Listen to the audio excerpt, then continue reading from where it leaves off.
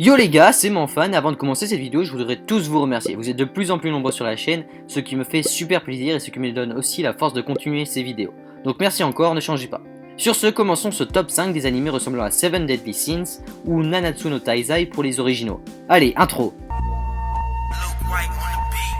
You ever seen a nigga hung with a gold chain? I'd rather sing about the same things that we claim. Such as bashful, but niggas like a task force. Mobbing on the streets and robbing stores to ski mask, bruh. En 5ème position, nous retrouvons Akatsuki no Yona. Basé sur le manga Akatsuki no Yona de Kusanagi Mizuho, Yona, la jeune et insouciante princesse du royaume de Koka, mène une vie de rêve choyée par le roi et protégée par son garde du corps et ami d'enfance, le puissant guerrier Ak. Elle rêve de pouvoir unir sa vie à Sowon, son cousin dont elle est secrètement amoureuse. À l'approche de ses 16 ans, tous se préparent à fêter comme il se doit son anniversaire. Mais ce soir-là, une véritable tragédie suit et la vie de Yona va être bouleversée à jamais. Elle rencontrera des épreuves éprouvantes, des situations dangereuses et d'incroyables péripéties.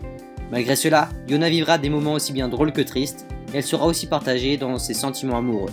En 4ème position, nous retrouvons Fairy Tail. Lucy est une jeune magicienne qui désire plus que tout entrer dans une guilde magique. Elle décide de se rendre à Harujion afin d'obtenir des informations sur des guildes, particulièrement la guilde de Fairy Tail. Lors de ses recherches, elle rencontre le mystérieux Salamander, membre de la célèbre guilde Fairy Tail. Malheureusement, ce dernier n'est qu'un charlatan qui utilise des enchantements pour envoûter des femmes pour ensuite les revendre au marché des esclaves. Alors que Lucy se retrouve sous l'enchantement de Salamander, un garçon mystérieux du nom de Natsu, accompagné d'un chat bleu pouvant parler appelé Happy, la percute et rompt le sortilège de Salamander. C'est le début des aventures de Natsu et Lucy au sein du monde magique de Fairy Tail. En 3ème position, nous retrouvons Roka no Yusha. Quand le Majin se réveille, la déesse du destin choisit 6 guerriers et leur accorde la puissance de sauver le monde. Il est dit que sur le corps de chacun de ces 6 guerriers, une sorte de fleur y apparaîtra. Le jour de l'apparition du Majin approche à grands pas. Le jeune homme nommé Adlet et s'autoproclamant l'homme le plus fort du monde est choisi pour être l'un des héros. Les personnes choisies doivent alors se regrouper pour combattre le Majin. Cependant, à l'heure de sa rencontre, ce sont 7 personnes se disant être des héros qui apparaissent. En 2ème position, nous retrouvons Soul Eater. Soul Eater raconte l'histoire de 3 jeunes apprentis faucheurs d'âmes de l'école Shibusen où ils apprennent à devenir de vrais faucheurs d'âmes confirmés. Ces jeunes gens possèdent des armes humaines pouvant prendre l'apparence d'armes diverses appelées armes démoniaques. En leur faisant manger 99 âmes humaines et une âme de sorcière, ils les transformeront en Death Fate, des armes démoniaques plus puissantes et plus évoluées. Ce serait bien si simple, mais malheureusement de nombreux obstacles barrent la route des protagonistes. En première position, nous retrouvons Trinity Seven, basé sur le manga Trinity Seven de Saito Kenji.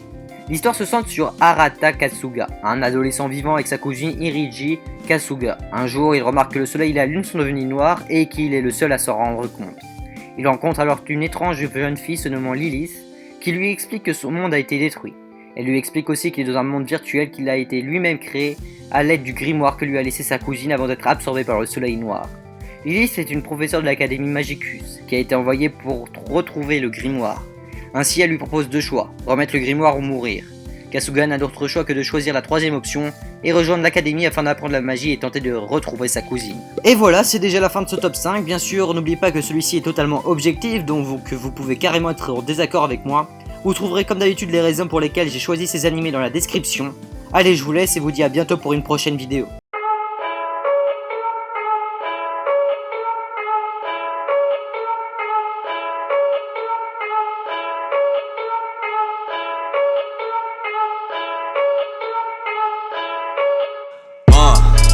Yeah, I confess, Father, I confess, 'cause I've been living